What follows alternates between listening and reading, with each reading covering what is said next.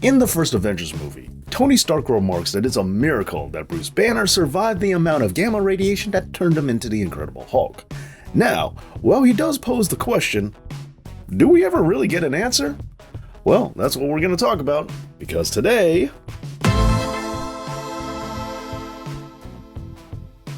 For any protagonist, particularly that of a superhero, it should be important to know why we're following this character in specific. After all, if just anybody can do what the main character can do, then why are we following his story instead of someone else's? This is why for a lot of superheroes, their origins are tied down to something very specific and very unique that could only happen to our main character and nobody else. And of course, the Incredible Hulk is no exception, with one of his main antagonists, General Thaddeus Ross, always hunting him down and trying to figure out what makes the Hulk tick in order to weaponize it. And with that being said, it is kind of understandable why Ross has been searching for an answer to this question for decades. And that's because, well, Marvel has never really given us one. They've given us several. When it comes down to the exact science of the Hulk's origin, Marvel has given us multiple reasons as to why exactly Bruce Banner was able to survive all that gamma radiation, but they've never picked one definitive as the absolute answer. So why don't we go ahead and just discuss some of our potential options. Now, the most common explanation as to why Bruce Banner was able to survive so much gamma radiation is that he's already gone through some procedure that has allowed him to survive the ordeal. In the MCU, Samuel Stearns mentions how Dr. Ross's primer allowed for the Hulk to absorb all that radiation. Going to Ang Lee's Hulk, and I know, it's terrible, just bear with me though, just listen for a second.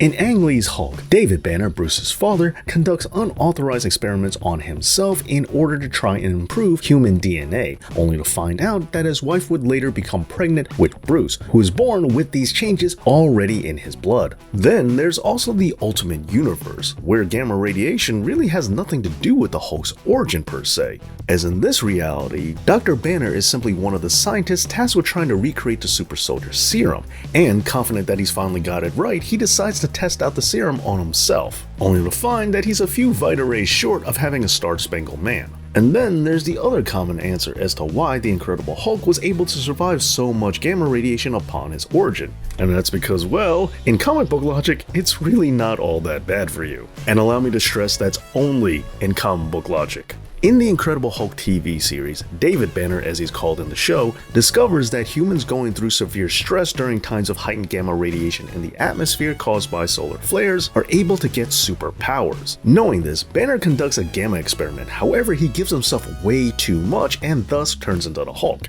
And also, in the original comic book series, something that has been forgotten by a lot of people, Banner used to have a gamma radiation machine that allowed him to regulate his transformations into the Hulk. And lastly, staying with the comic books, this is probably the weirdest one yet. In an alternate future, the character of Maestro Hulk retains all of Bruce Banner's intelligence while still in Hulk form. He is eventually sent back in time, and he finds himself directly in front of the exact same gamma bomb that turned Bruce Banner into the Hulk in the first place. Not being able to withstand it at point blank range, the bomb goes off and disperses his DNA in particle form all over the place. And thus, the exact same gamma explosion that destroyed the Hulk is also the one that created him.